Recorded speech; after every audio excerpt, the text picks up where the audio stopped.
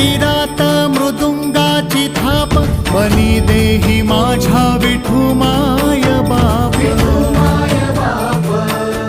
टाळ चिपळ्यांच्या संत